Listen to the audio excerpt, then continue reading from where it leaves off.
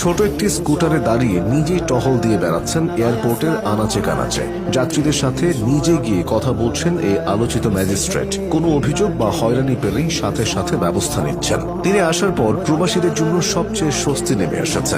দীর্ঘদিন ধরে বিমানবন্দরের লাগেজ ভাঙা, লাগেজ কাটা, চুরি এসবের তেমন কোনো প্রতিকার পাওয়া যেত না। আর এমন ঘটনা যাতে আর না ঘটে সেজন্য কর্মীদের শরীরে লাগানো হচ্ছে বডি ক্যামেরা। তাই লাগেজ উঠানো থেকে শুরু করে নামানো সবই এখন রেকর্ড থাকবে ক্যামেরায়। এয়ারপোর্ট কর্তৃপক্ষ নিয়মিত এখন চেক করছেন কর্মীদের লাগেজ ওঠা নামানোর কার্যক্রম। এমনকি ম্যাজিস্ট্রেট নওশাদ খান নিজেই টিম নিয়ে যাচ্ছেন সরাসরি কর্মীদের তদারকি করতে। তাই কয়েকদিনের মধ্যেই সচেতনতা বেড়ে গেছে বহুগুণে। আর যেসব অসাধুরা এমন কাজ করত তারাও এখন ভয় পেয়ে সঠিক পন্থা বেছে নিচ্ছেন। শুধু তাই নয়, দালালদের ধরতে, বিমানবন্দরে অতিরিক্ত ভাড়া আদায়কারীদের ধরতে এখন পণ্যের দাম বেশি রাখার কারণেও ব্যবস্থা নিচ্ছেন এই ম্যাজিস্ট্রেট। সম্প্রতি বিমানবন্দরে দুটি দোকানকে হাতে নাতে ধরেছেন তিনি।